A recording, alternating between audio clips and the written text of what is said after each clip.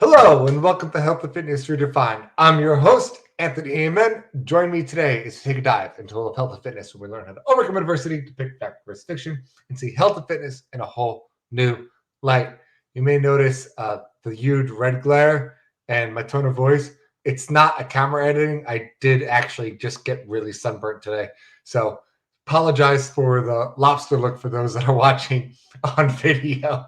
But for today's episode, we're going to welcome another chiropractor. We do love having them on, specifically functional neurology. So I'm excited to talk about how the brain works. I think just out of everything, if we can understand how the brain works and to how the body responds to what the signals the brains are sending into it, and then we can really get a good grasp of everything in our lives. So I do love this topic. So without further ado, welcome to the show, Dr. Nick. Dr. Nick, it's a pleasure to have you. Thank you. It's a pleasure to be here. I apologize yet again for my total lobster look right now. No, it's fine. That was funny. I like that part. It is not an image. It's not a glare. Just to be really sure, it's definitely just the way I look right now. Yeah. But just before we get into the topic, just explain a little bit. I know I heard a little pre-show, but I kind of want the audience to hear because it is important, something we talk about often. How did you get into functional neurology itself? Well, I got into functional neurology really before I even got into functional neurology. When I was a young kid, I was very, very interested in what's going on inside of the brain. And I started thinking along those lines because I had my younger brother, who's about 3 years younger than me, was diagnosed with autism spectrum when I was a child. And prior to that, he had a whole bunch of, sensory integration issues, and he got labeled with a bunch of different diagnoses prior to that. And he had a speech impediments. He had many, many things that characteristically I learned later were aspects of having over dominant networks in the left hemisphere of the cortex of your brain. But I was always just very, very not upset, but just I knew that the way he was being handled and treated within our traditional allopathic healthcare model was not it was not up to snuff. And I knew that there's something more here.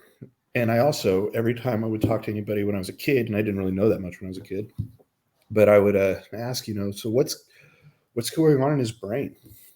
And nobody ever had an answer. They would explain things in terms of, behavioral issues, like, well, he presents this way, but in terms of a mechanism or why, things are happening as they are with him or his behaviors, just nobody had any answers.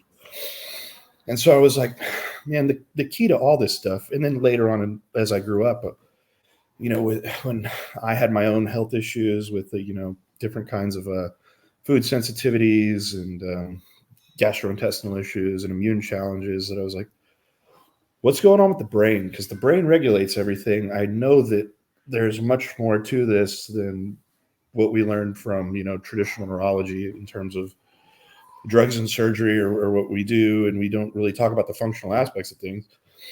And I got into chiropractic because it was sort of like a natural progression, because I did personal training and sports nutrition prior to going to chiropractic school. And I was like, well, I could use this as a platform as sort of like the far end of where I could go with this type of a thing, that or physical therapy. And then from there, I was actually introduced to functional neurology. And it completely just blew up my understanding of the brain and the nervous system and how all that works. And then from there, I began to learn that within functional neurology, a developmental approach to the brain and the nervous system is really the key difference in understanding most of what goes on with most conditions, at least that I've been trained to understand and diagnose and be aware of. And if we can understand the developmental trajectory of the nervous system, we can nip all kinds of things in the bud before they even start. And if we understand the developmental trajectory, we understand a much better way to therapeutically approach things. I know that's sort of vague at this point, but yeah, it was really through watching my little brother as a kid and then having my own health challenges. And then finally having a light bulb go off when I was introduced to some of these concepts in grad school. Did you ever get a chance to work with your brother? Yes. Yeah, this is probably something I should mention.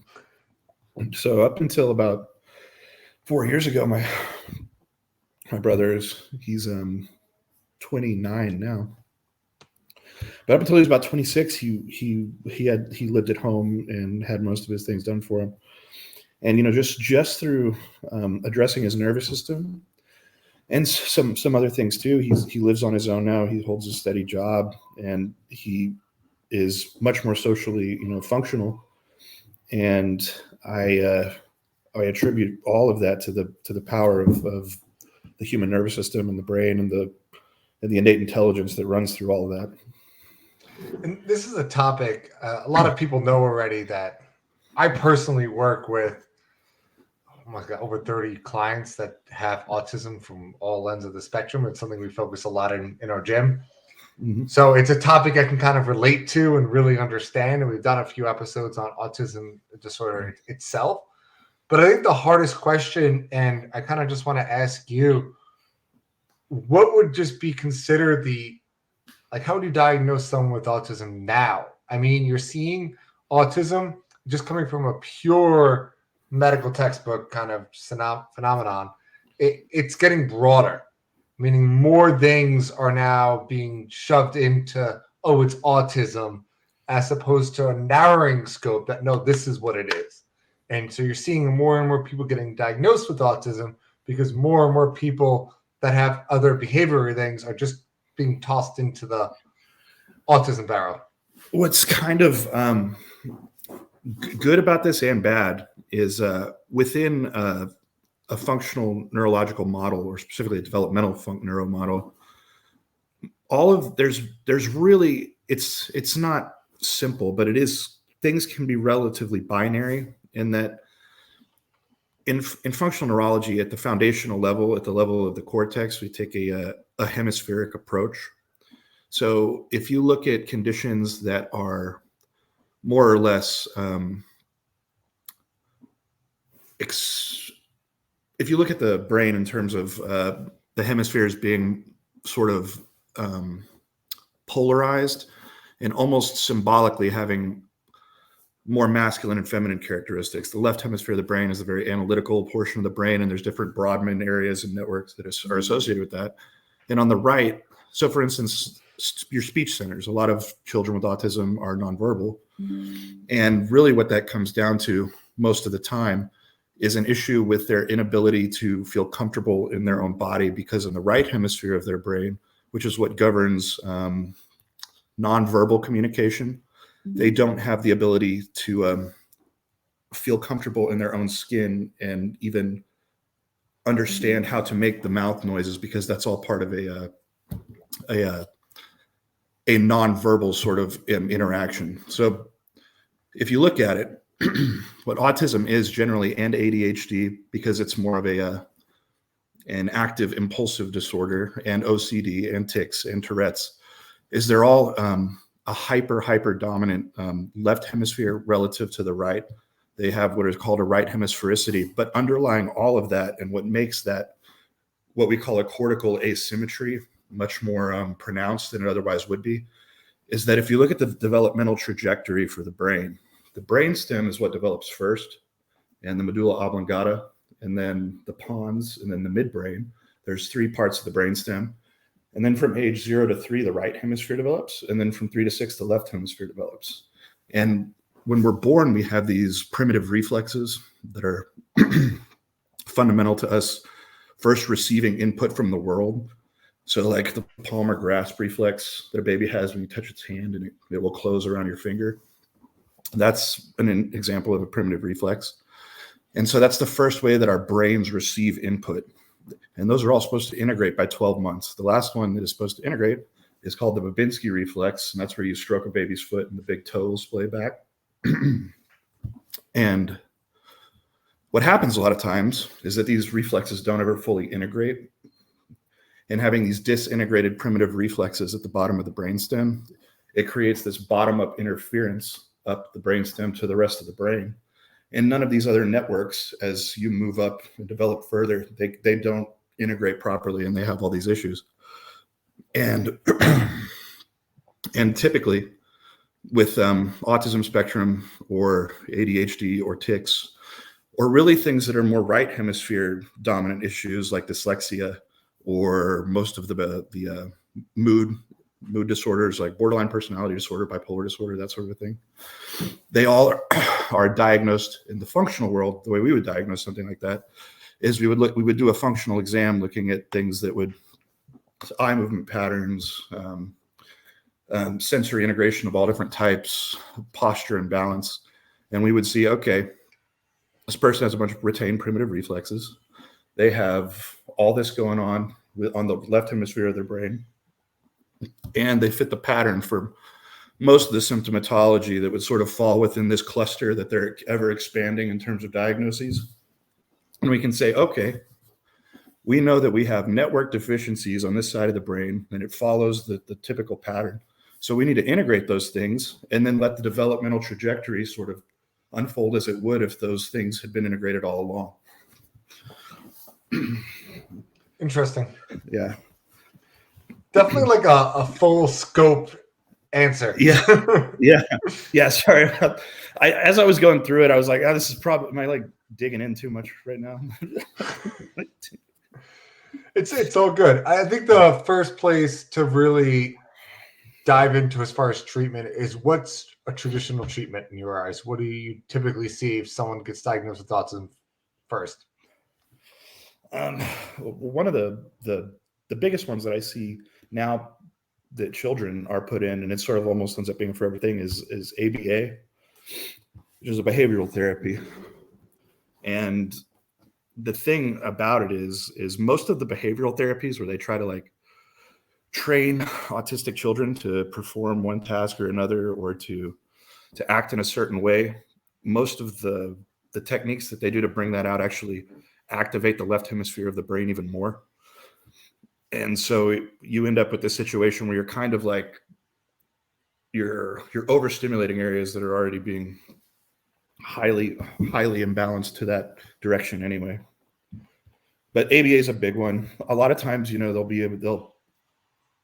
they get sent to speech language pathologists if they're nonverbal, and they'll deal with the gamut of what they put them through, which is speech regulated stuff. But most of the time with autism, if it's true autism, and I define true autism by what I would see on the exam. And so if they have a left hemisphere, because you can have nonverbal issues be on either side. You can have a true left brain nonverbal issue where somebody's speech center, Broca's area is the name for it. It is underactive and they're unable to actually formulate words. But with autism, they have a hyperdominant left hemisphere. And usually after we're able to get an autistic child speaking, their vocabulary is usually actually immense. It's not that they don't understand language, and usually they're also reading at a very, very early age. So what you have like a super genius outside of their own body, because the right hemisphere is really all about. Yeah. I lost you on super genius level, so you could just go back. Yeah, sure. So with autistic children, it's almost like their gift is their demise, because they have such a strong left hemisphere that usually, like, all of the things that are good about, or that are great about having a strong left hemisphere, where they're usually hyper intellectual. They usually have reading levels beyond their years. I've worked with children that were reading at age 2 that were autistic, and most of the time, this is also they talk about it being a genetic thing. Like a lot of times the parents are both like either computer programmers or something that is a more left brain dominant, highly analytical sort of a field. But yeah, that's what I mean when I say that they have genius level skills. Whereas people that are really right hemisphere dominant, it's almost the way around. Like my wife, for instance, is a very, very, very right brain dominant person. She was diagnosed dyslexic when she was a child, and she has she had like 5 to 7 different primitive reflexes still retained whenever I ended up seeing her. When I was going through this stuff, I was checking her and I was like, you have all these indicators that anybody, technically within the pattern would have. And she is like almost psychic. So it's a totally different thing on the right hand. She's intuitive to the point to where, people will walk in the room and they'll have like a broken arm and she'll have this arm pain before she even turns around and realizes they're in the room. It's really, really just out there sort of empathic abilities, which is sort of like the dichotomy between the two. You have left brain dominant, almost like Spock-like intellect, and then you have the right hemisphere, which is all about understanding people and empathy and social interaction and, picking up on cues that are unsaid in social situations. So that's what I mean, that typically when somebody has a deficit on one side, it's because it's gotten overpowered by the other side because it's so strong. There are also other things too. When I was saying earlier that the right hemisphere of the brain develops from age 0 to 3 and the left from 3 to 6. So if there's a traumatic incident somewhere between age 0 to 3, whenever the right hemisphere is supposed to be developing, whether that's from vaccine injury or some of these other things that are often associated with autism, you end up with, whenever the left hemisphere kicks in, just this over domination because the right's been stunted to some degree. So that's actually like a really curious point and I guess a huge talked about dilemma is what causes autism. Yeah. So I like to talk in terms of something called total load theory. So you have all these things that cause stressors on the body. The biggest thing in research still is maternal stress. Maternal stress is a huge thing that is related to autism diagnoses. Of course, the stressors from vaccinations is a big one. I know that's a controversial topic still. But there's other things too. Environmental toxins that don't come from vaccines. If there was mold exposure, like in the household, or if they were introduced to heavy metals or something like that prior to the either prior to actual birth, whenever they're still in utero, or in the first early months of childhood, those things can both cause issues as well. There's a whole host of different stressors that you can have in the body. Like in the whole holistic model, we talk about, there's physical, chemical, and emotional stressors that we all deal with. And just having a total load above the threshold for proper neuronal and nervous system development will cause what's called functional disconnection, meaning that you can't see anything on an MRI. Like there's no hard lesion to be seen, but you have this functional disconnection with either within hemispheres or across hemispheres or in the brainstem or any of the major networks. And that's usually how I would characterize it when I talk to people. Their toxic load or their total load is beyond threshold. Interesting. So it's a buildup of outside total threshold stress or any kind of stress, unnecessary stress to the body while we're in utero up to 3 years of age. Mm-hmm. Interesting. That's just definitely a different point. I've always asked the question, which I kind of would like to hear your answer on, is there a relationship to women having kids at older ages?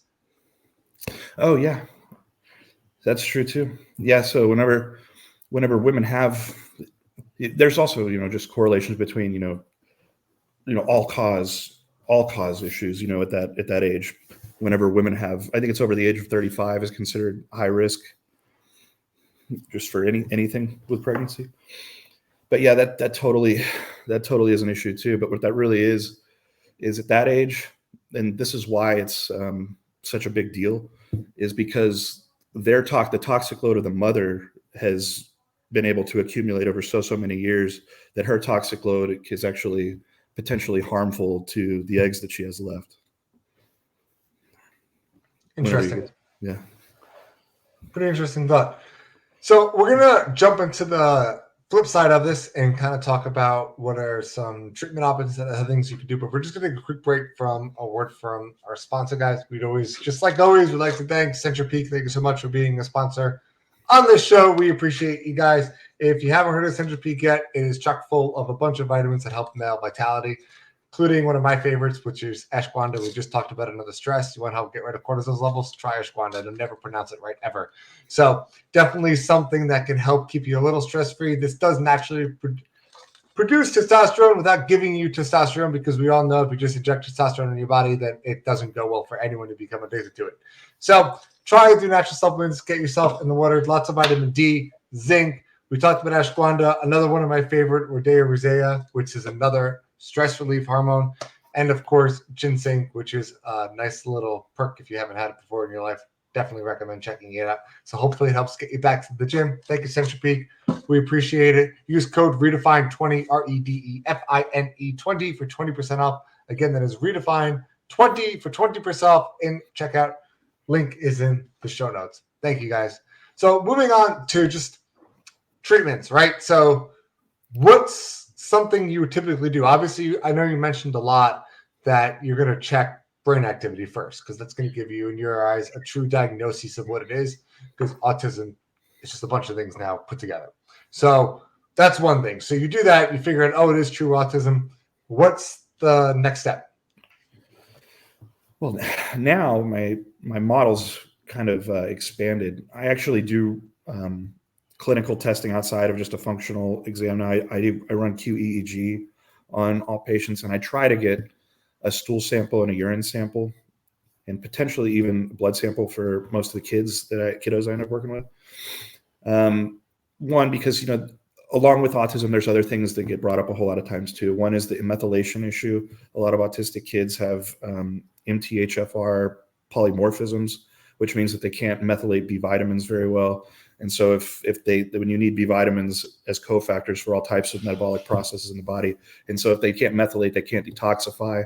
So if they have, environmental toxins or something like that, they're unable to detoxify them because they can't methylate. And you have this, so from what starts off as this brain issue down the line causes all kinds of other issues too. So you have no detoxification ability, and there's other things you got to look for. But in terms of treatment, depending on whether or not some of those other factors are present will determine the degree to which we can do some of these treatments, but all the types will all be the same. So what that looks like is different receptor-based therapies that activate the brain in different ways. So one of the things I like to use a whole lot is I do a lot of photobiomodulation. So I do a lot of light therapy at specific frequencies over specific networks in the brain. And at the same time, I like to flood as much input as I can into the right hemisphere of the brain. And so most of the sensory pathways in the body, they come up, any sensory information that you put, tactile stimulation or anything on the right side of the body, it will go in to the spinal cord, come up, and then cross over at the cerebellum. It'll go through the cerebellum and cross over to the other side and into the other cortex. So we'll put, TENS units on the left side of the body, and we'll do different, I do a lot of vagal nerve stimulation, because a lot of times the brain gut axis is really kind of messed up in a lot of these kids. And so I use a peripheral nerve stimulator called a stim pod. We'll put it in the ear right here, and we'll co-activate a lot of these networks at the same time. I also use a software called Neurosage, where we put, in the case of autism, we'll put blue sunglasses on them, because blue is actually very stimulating to the right hemisphere of the brain. And those glasses will flash lights into the left hemifield of their vision, which will go directly to the right parietal, the PTO area on the right, where all sensory information integrates. And then we'll have them play video games that are developed to be either left or right brain games. Or we'll do something more passive where they're just looking at something. It also depends on how, when I work with kids, I work with them on an intensive basis primarily. So they'll come in twice a day for a week or 2 weeks at a time. And if it's early on in those sessions, I have a lot of kids that still have a fear paralysis reflex. They're really defiant. So if they're really defiant, we can't get them to do a whole lot of active stuff with, like video games and things like that. So it's more just having them take information in visually, and I'll put some headphones on them, and I'll play specific frequencies that are more activating to one hemisphere than the other. And then from there, it's seeing how, how messed up their gut is at this point from birth to now, because typically most of them all have a leaky gut. And another thing that's worth mentioning is the left hemisphere is what activates the sympathetic nervous system, and the right hemisphere regulates the parasympathetic. It activates the parasympathetic, and the left hemisphere also activates the immune system, and the right hemisphere is what dampens the immune response. So they all are much more prone to autoimmunity because they have these dominant left hemispheres.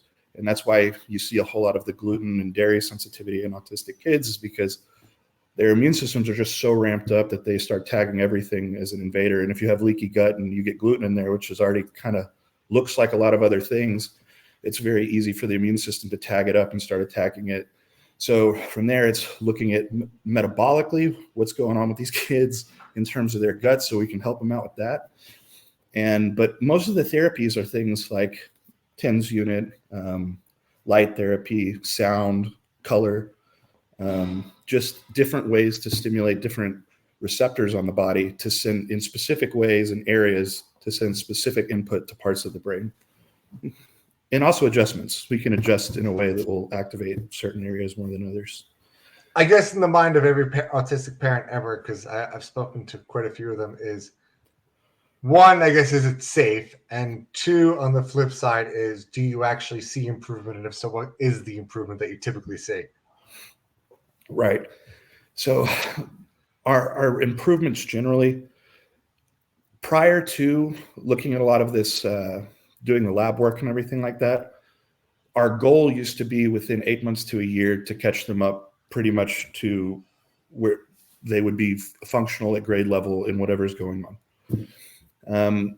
Now, with being able to address the metabolic piece, we've been able to actually speed that up quite a bit.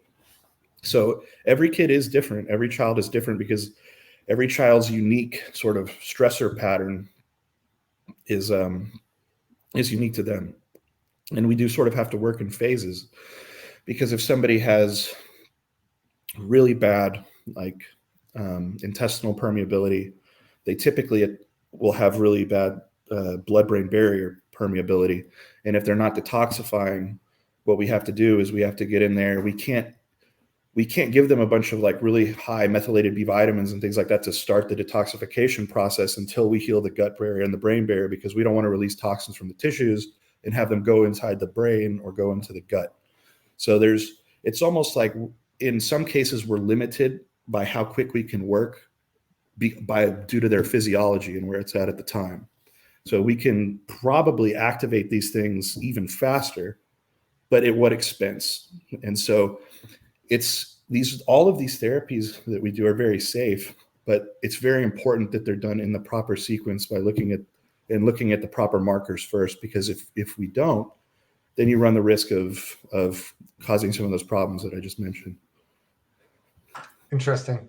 So I guess the idea is just don't hop into something and kind Yeah, of get an idea. don't go buy a laser and start putting it on your kid's head without like any issues, or buy it and start just doing all this stuff. It's there's more to the framework than that. Is there a difference between working with somebody, and there's different levels of autism, right? There's high functioning verbal, there's medium functioning / not really verbal but speaks, and then there's just lower end functioning, can't function day to day. What typical client are you working with based off of that? All. So I've had them where, the first couple sessions, it'll take me and 4 other people to be able to keep them still, and we don't do anything that's going to hurt them. But the biggest thing at the beginning is checking them for primitive reflexes and seeing if these primitive reflexes are there, so we can integrate them, because that's the very first thing that has to happen if anything up the chain in brain development is going to be able to have sustainable change, because we can't have things like primitive reflexes unintegrated, and kids don't like to be checked for primitive reflexes most of the time. And so, and most of the time, this goes in a little bit into the trajectory for primitive reflex integration. So The last one to integrate, like I said, is one called the Babinski reflex. But the first one that should integrate, like pretty much in utero or right after, is the fear paralysis reflex. And it takes a fear paralysis reflex to integrate for a different reflex to emerge. That's called the Moreau reflex. And the Moreau reflex is the startle reflex that a baby has whenever, it leans back and it sprays its arms out like that. And so a lot of these kids don't have an active Moreau reflex, and you could be thinking that they have an integrated reflex, but they actually still have a fear paralysis reflex. And that's why they get so freaked out when anybody gets close to them. And usually by the end of the morning session or the afternoon session that day, we can get the fear paralysis to integrate. And so once we get that down, it's a whole lot easier to work with these kids. And that's usually when their Moreau will start to come out. And then we can work on integrating that. Interesting. And this isn't, it's just more of just a treatment to help make them more functioning, or is this something that you could take a low functioning nonverbal kid and get them talking again?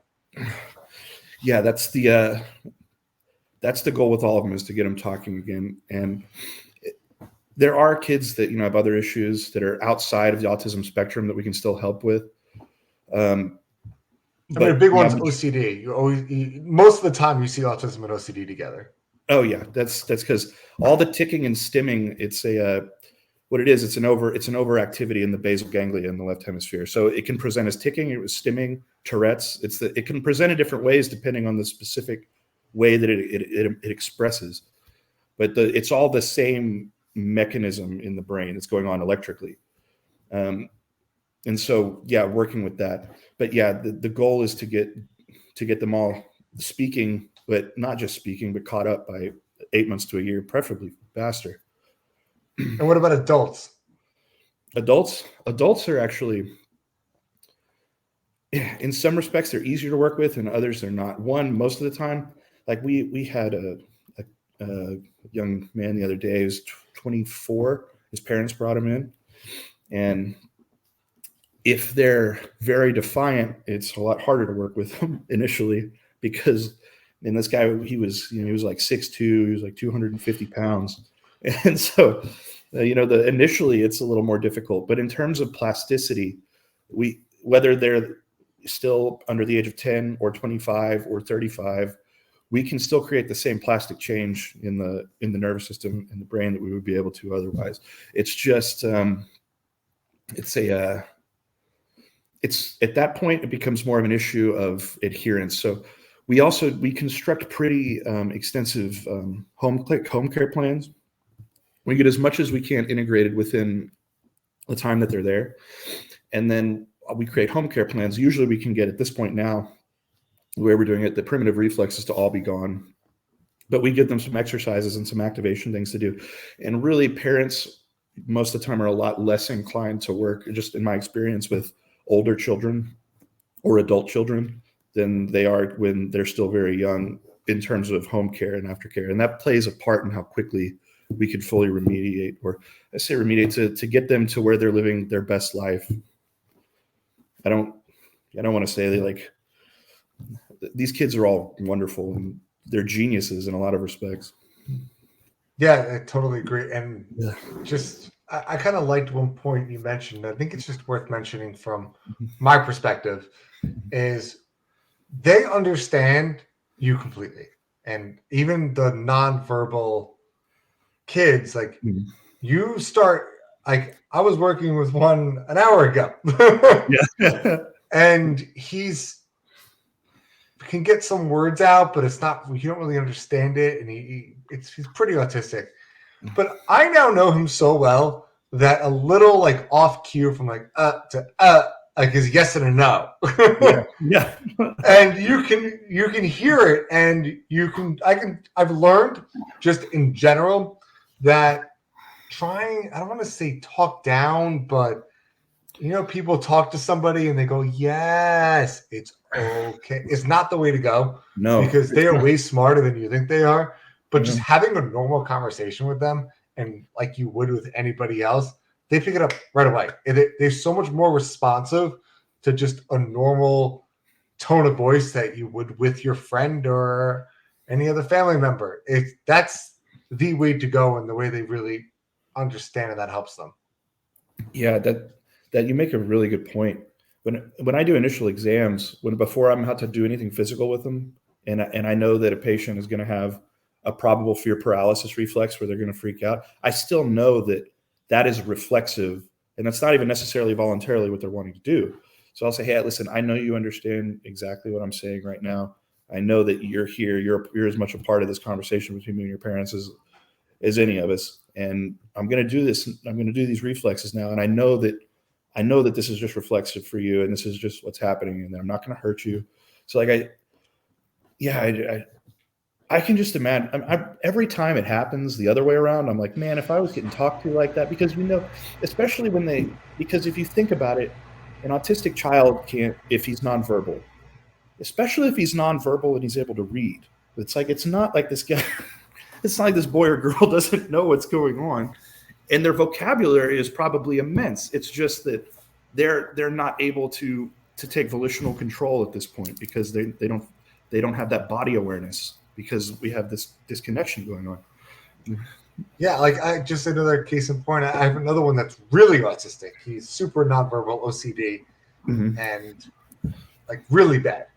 But he knows everything. And how we know this, his parents introduced him to a new kind of therapy where he points to letters and spells things, and because he can't communicate otherwise. And they asked him, who trained you at Redefined Fitness? And he spelt my name perfectly. And then they go, okay, what's your favorite workout you do with Anthony? And he spelt out trampoline. Oh, man. It's crazy. And then for his birthday, his dad was saying, which was a couple weeks ago, they said, what restaurant would you like to go to for your birthday? And he spelt out meticulously Cheesecake Factory. See? And it's like, why would you talk down to somebody that has that level of awareness and knows what's going on? I don't know. Yeah, and that's the biggest thing. If I talk down to like you or you talk down to me, would be like, hey, what the heck, man? Yeah, what's happening here? This is why we're getting pissed off at you, you know? Yeah. So I just think that's a good way to really wrap this up, is just have an understanding and a different respect for it when you work with this community a lot more. And when you're coming from the outside, just take a step back and realize, how would I want someone to talk to me? And then when you get that, you can have a better conversation and really help them a lot more than anything else. And then just as far as what you were saying about the different type of stimuli to the different hemispheres of the brain, it's an interesting point. I do come from a very psychology background, so I'm kind of putting it together in my head, and it makes sense. And I will say this, even though I personally have never seen what you do or how it works, just to be totally transparent to everyone listening and yourself, sure, I have seen the brain do things that would blow your mind. That a great example of something I've talked a lot before, working with people with spinal injuries with severed nerves. I have seen the nerves kick back. Doctor said, never going to move that part of your body ever again. The nerve's gone. We chopped it off. I have worked with people, and I've felt that electric stimuli shoot down, and they just kick.